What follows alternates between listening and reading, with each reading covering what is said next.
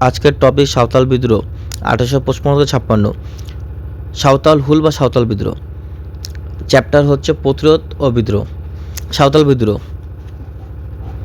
আদিবাসী সাঁওতাল ছোটনাগপুর, পালামো, মালভূমি, রাঁচি, হাজারিবাগ, বীরভূম, বাঁকুড়া ও মেদিনীপুর বিস্তীর্ণ অঞ্চলে বনভূমি অঞ্চলে বসবাস করত।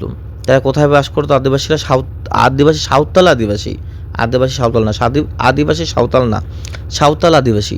ঠিক আছে, এটা মনে রাখবে।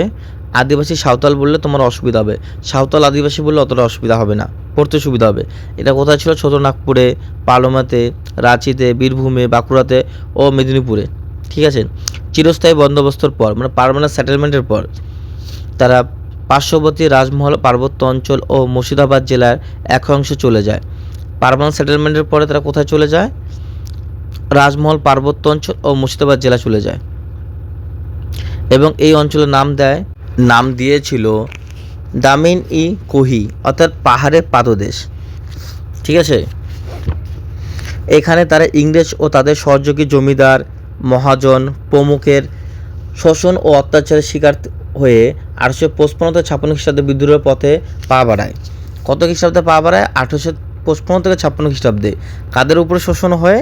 ইংরেজ ও সহযোগী জমিদার মহাজনের উপর থেকে। ঠিক আছে। এই বিদ্রোহ সাঁওতাল হুল বা সাঁওতাল বিদ্রোহ নামে পরিচিত। ঠিক আছে। এই বিদ্রোহটাই সাঁওতাল বিদ্রোহ বা সাঁওতাল হুল নামে পরিচিত। হুল কথার অর্থ হলো বিদ্রোহ। হুল যে আছে, সাঁওতাল হুল বলে, এটার কথার অর্থই হলো বিদ্রোহ, মানে হুল কথার অর্থ বিদ্রোহ। তো শর্ট কোশ্চেন আসলে তোমরা অবশ্যই এটা পারবে। হুল কথার অর্থ কি? বিদ্রোহ। বিদ্রোহ বিবরণ। কী কারণে বিদ্রোহ হয়? এই বিবরণটা বিভিন্ন ঘটনা কেন্দ্র করে সাঁওতাল ইংরেজ শাসন ও তাদের সহযোগী জমিদের উপর ক্ষুব্ধ হয়ে ওঠে। প্রথমত, সাঁওতাল যে পতিত জমি উদ্ধার করে চাষবাস শুরু করেছিল তার উপর এমন বিপুল রাজস্ব চাপিয়ে দেওয়া হয় তা জমি ছেড়ে পালাতে বাধ্য হয়। মানে সাঁওতালের যে পতিত জমি ছিল সেটা উদ্ধার করে যারা চাষবাস করতো, সে জমিতে ইংরেজ জমিদাররা, মহাজনরা এমন পরিমাণে কর চাপায় যে তারা জমি ছাড়তে বাধ্য হয়। দ্বিতীয়ত, রাজস্বের ছাড়াও অন্যান্য করের বোঝা ও ঋণের দায়ভার চাপিয়ে সাঁওতালদের সর্বান্তর হওয়ার দিক থেকে ঠেলে দেওয়া হয়। মানে ভূমির রাজস্ব তো আছে, ভূমি যে থাকে মানে জমি, সে জমিতে কয়টা রাজস্ব কর দিতে হতো, সেটা তো আছে, সঙ্গে আরও অন্যান্য মানে আরও নানা প্রকার কর ওদের উপরে চাপানো হতো, যার জন্য ওরা সর্বশান্ত হয়ে যায়, মানে একদম শেষ হয়ে যায় এত কর দিতে দিতে। তৃতীয়ত, বহিরাগত ব্যবসায়ী ও মহাজনরা সাঁওতালদের থেকে চড়া সুদ আদায় করা ছাড়াও তাদের অন্যভাবে ঠকাতো। তিন নম্বর কারণ কি?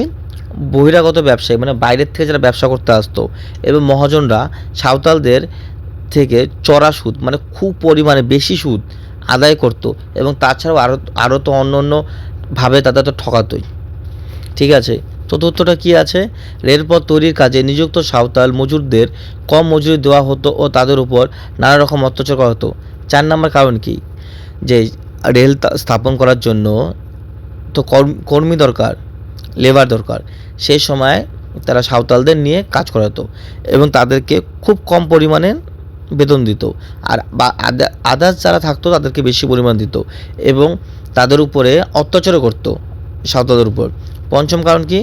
সাঁওতালদের নগদ টাকা রাজস্ব দিতে বাধ্য করা হলে তারা ঋণের ফাঁদে পড়ে মহাজনদের কাছে সর্বোচ্চ হারাতেও থাকে। মানে সাঁওতালদের যে রাজস্ব আছে সেটা নগদ টাকা দিতে হতো, আর সেই টাকা দেওয়ার জন্য তারা মহাজনের কাছে আরও টাকা ঋণ নিত এবং সেই কারণে তারা সর্বশান্ত হয়ে যেত মহাজনের কাছে। 6 নম্বর ষষ্ঠম কারণ কি? প্রথাগত আইন ও বিচার ব্যবস্থা বাতিল করে সাঁওতালদের উপর ব্রিটিশ আইন চাপিয়ে দেওয়া হয়। মানে কি? ওদের সাঁওতালদের যে একটা প্রথাগত ব্যবস্থা ছিল, সাঁওতালদের সবারই নিজস্ব ব্যবস্থা ছিল, সেই ব্যবস্থাটাকে বা বিচারটাকে ওরা তুলে দিয়ে ব্রিটিশ আইন যে আছে সেটা সাঁওতালের উপর চাপায় দেওয়া হয়। সপ্তম কারণ কি? খ্রিস্টান মিশনারিরা সাঁওতালদের খ্রিস্টান ধর্মান্তর করতে থাকে। মানে 7 নম্বর কারণ ধর্ম, যে সাঁওতালদের উপরে খ্রিস্টানরা তাদের ধর্ম চাপায় দেওয়া হয়, মানে তাদেরকে খ্রিস্টান ধর্ম নিতেই হবে। 8 নম্বর কি? নীলকর সাহেবদের চাপে সাঁওতাল কৃষকেরা খাদ্যশস্যের পরিবর্তে নীল চাষে বাধ্য হয়।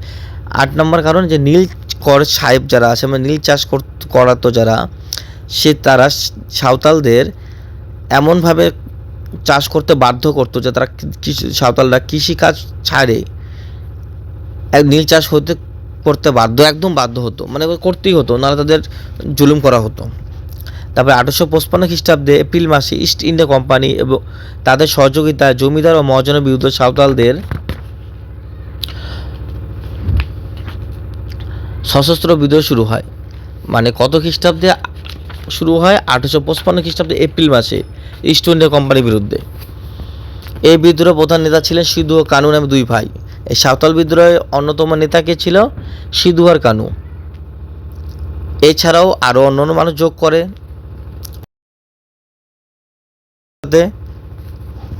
তারা কে কে? চাঁদ, ভৈরব, বীর সিং, কালো প্রমাণিক, ডোমান মাঝি প্রমুখ এই বিদ্রোহের নেতৃত্ব দেন। সিধু কানু তো মেন নেতা। এই মেন নেতা ছাড়াও আরও পার্শ্ববর্তী কোনো নেতা ছিল যারা জয়েন করছিল বিদ্রোহের সাথে। সিধু ও কানুর নেতৃত্বে 10,000 সাঁওতাল 30শে জুন ভাগনাডিহির মাঠে জড়ো হয়ে শোষণমুক্ত স্বাধীন সাঁওতাল রাজ্য প্রতিষ্ঠার কথা ঘোষণা করে। ঠিক আছে, 30শে জুনে তারা স্বাধীন সাঁওতাল রাষ্ট্র ঘোষণা করে। স্থানীয় কামার, কুমোর, তাঁতি প্রভৃতি পেশা মানুষের বিদ্রোহ সমর্থন করে। মানে সেখানকার স্বাধীনবাসীরা, তার কামার, কুমোর, তাঁতি তারাও এই বিদ্রোহে যোগদান করে। তারা দিঘি থানায় অত্যাচারিত দারোগা মহেশলাল দত্ত এবং মহাজন কেনারাম ভগত সহ বহু মহাজন ও জমিদারদেরকে হত্যা করে। ঠিক আছে, পাথুরে রাজবাড়ি বিদ্রোহ দমনে চলে যায়। ভগলপুর থেকে মুঘল পর্যন্ত, এমনকি বীরভূম ও মুর্শিদাবাদ জেলা একাংশ বিদ্রোহ প্রচার ঘটে। বিদ্রোহ বিস্তীর্ণ অঞ্চলে রেল স্টেশন, থানা, ডাকঘর, ইউরোপিয়ানদের বসবাস, দেশীয় জমিদারদের বাসস্থান, মহাজনদের গদি প্রভৃতি আক্রমণ করতে থাকে। প্রথম পর্বে ব্রিটিশ সেনাপতি মেজর বরোজ বিদ্রোহীদের সঙ্গে যুদ্ধে পরাজিত হয়। এই বিদ্রোহ দমনে ব্রিটিশ বিশাল বাহিনী ঝাঁপিয়ে পড়ে। সিধু কানু সহ বেশ কয়েকজন নেতার ফাঁসি হয় এবং বহু বিদ্রোহ দীর্ঘমেয়াদের কারাদণ্ড হয়। ফলে 1857 খ্রিস্টাব্দে ফেব্রুয়ারি মাসে বিদ্রোহ থেমে যায়। ব্রিটিশরা 23,000 বিদ্রোহীকে নির্মমভাবে হত্যা করে। এই বিদ্রোহ কবে থামে? 1857 খ্রিস্টাব্দে।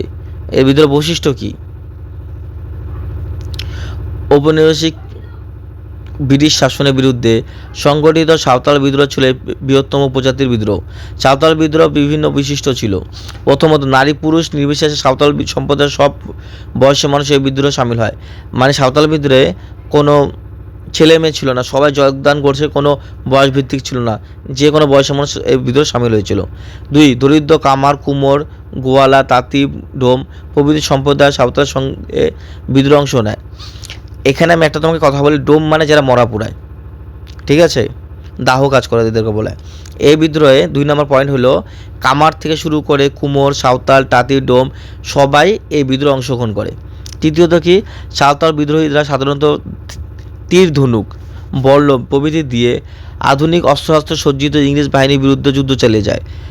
তারা কি করে, তীর, ধনুক আর একটা বল্লমে ছুঁড়ে মারতে হয়, ওটাও চোখা থাকে জিনিস, ওটাতেও মারা যায়। এইটার সাথে আধুনিক শস্ত্রের সাথে বিধিতে লড়াই করে। চতুর্থ কি, বিদ্রোহীদের আক্রমণের প্রধান লক্ষ্য ছিল থানা, ডাকঘর, স্টেশন, মহাজন ও জমিদারদের বাড়ি, ইউরোপীয়দের বাংলো প্রভৃতি। এই বিদ্রোহের প্রধান আক্রমণ কী ছিল? থানা, ডাকঘর, স্টেশন, মহাজন, জমিদার বাড়ি। পঞ্চম কি, ছোট নাগপুর অঞ্চলে ব্রিটিশ শাসনের অবসান ঘটানো এবং বহিরাগত জমিদার, মহাজন ও ব্যবসায়ীদের আধিপত্য ধ্বংস করাই ছিল সাঁওতাল বিদ্রোহের উদ্দেশ্য। সাঁওতাল বিদ্রোহের উদ্দেশ্য কী ছিল? এই ব্রিটিশ শাসনকালে বহিরাগত জমিদার, মহাজন ও ব্যবসায়ীদের আধিপত্য ধ্বংস করা। বিশ্লেষণ: প্রথমত কি, দরিদ্র সাঁওতাল কৃষকদের অংশগ্রহণের কারণে সাঁওতাল বিদ্রোহ ছিল প্রধান একটি কৃষক বিদ্রোহ। মানে নিম্নমানের গরিব যা ছিল তাদের এই বিদ্রোহ করছে ওদেরকে, এটা ছিল একটা সামান্য কৃষক বিদ্রোহ। 2, এই বিদ্রোহ সাঁওতাল উপজাতির কৃষক ছাড়াও স্থানীয় বিভিন্ন পেশার নিম্নবর্গীয় মানুষ অংশ নেওয়ার একটি প্রকৃতপক্ষে একটি গণবিদ্রোহ হয়ে উঠেছিল। অধ্যাপক নরহরি কবিরাজ মনে করেন, সাঁওতাল বিদ্রোহ অভ্যন্তরীণ সংগ্রামের এক জমিদার ও মহাজনের বিরুদ্ধে নন। বিদ্রোহী অন্যতম ছিল ব্রিটিশ রাজশক্তি বিরোধিতা। পঞ্চম, সাঁওতাল জমিদারের মূল কারণ ছিল অর্থনৈতিক শোষণ ও পরে স্বাধীনতা সংগ্রামের স্বপ্নমুক্ত জয়। সাঁওতাল বিদ্রোহ ব্যর্থ হলেও এর ফলাফল ও গুরুত্ব অপরিসীম প্রসারিত। প্রথমত, সাঁওতাল বিদ্রোহ ব্যর্থর কারণ। সাঁওতালের বিদ্রোহ ব্যর্থর কারণ ও ফলাফল। প্রথমত, সাঁওতালদের ক্ষোভের আগুন নিম্নবর্গের হিন্দুদের মধ্যে ছড়িয়ে পড়ে। দ্বিতীয়ত, এই বিদ্রোহের পর সরকার সাঁওতাল এলাকায় সুদের হার বেঁধে দেয়। তৃতীয়ত, সরকার সাঁওতাল পৃথক উপজাতি হিসাবে ঘোষণা করে ও তাদের সাঁওতাল পরগনা জেলা গঠন করে। এই বিদ্রোহের পরে সরকার ব্রিটিশ ইন্ডিয়া কোম্পানি সাঁওতালদের জন্য একটা জেলা গঠন করে দেয় উপজাতি হিসাবে। চতুর্থ কি, সরকার ঘোষণা করে যে এই এলাকায় ব্রিটিশ আইন কার্যকর হবে না, ওই যে এলাকাটা দিয়েছিল সরকার সেখানে ব্রিটিশ আইন কার্যকর হবে না। পঞ্চমত কি, সাঁওতাল এলাকায় বাঙালি মহাজন সহ বহিরাগত প্রবেশ নিষিদ্ধ থাকবে। সাঁওতাল এলাকায় বাঙালি মহাজনরা প্রবেশ করতে পারবে না। ষষ্ঠম আইন কি, তবে খ্রিস্টান মিশরীরা এই অঞ্চলে প্রবেশ ও সাঁওতালদের মধ্যে খ্রিস্ট ধর্ম প্রচারে অবাধ সুযোগ দেওয়া হয়। ষষ্ঠম আইন কি, খ্রিস্টান মিশরীরা এই অঞ্চলে প্রবেশ করে সাঁওতালদের খ্রিস্ট ধর্ম প্রচারের সুযোগ দিতে পারবে। সপ্তম কি, সুপ্রকাশ রায়ের মতে এই বিদ্রোহ ছিল ভারতের যুগান্তকারী মহাবিদ্রোহ অগ্রদূত স্বরূপ। ডক্টর রমেশচন্দ্র মজুমদার মতে 1857 খ্রিস্টাব্দে মহাবিদ্রোহকে স্বাধীনতা সংগ্রামে বলে অভিহিত করা হলে সাঁওতাল বিদ্রোহকে স্বাধীন সংগ্রামে মর্যাদা দেওয়া উচিত। ডক্টর রমেশচন্দ্র মজুমদারের মতে 1857 খ্রিস্টাব্দে মহাবিদ্রোহ স্বাধীন সংগ্রামের অভিহিত করা হয়, তাই সাঁওতাল বিদ্রোহকে স্বাধীন সংগ্রামে মর্যাদা দেওয়া উচিত। এটা হলো সাঁওতাল বিদ্রোহের ডেফিনেশন। একটা কথা বলি, কোনো বিদ্রোহ কোনো এক কারণে তৈরি হয় না।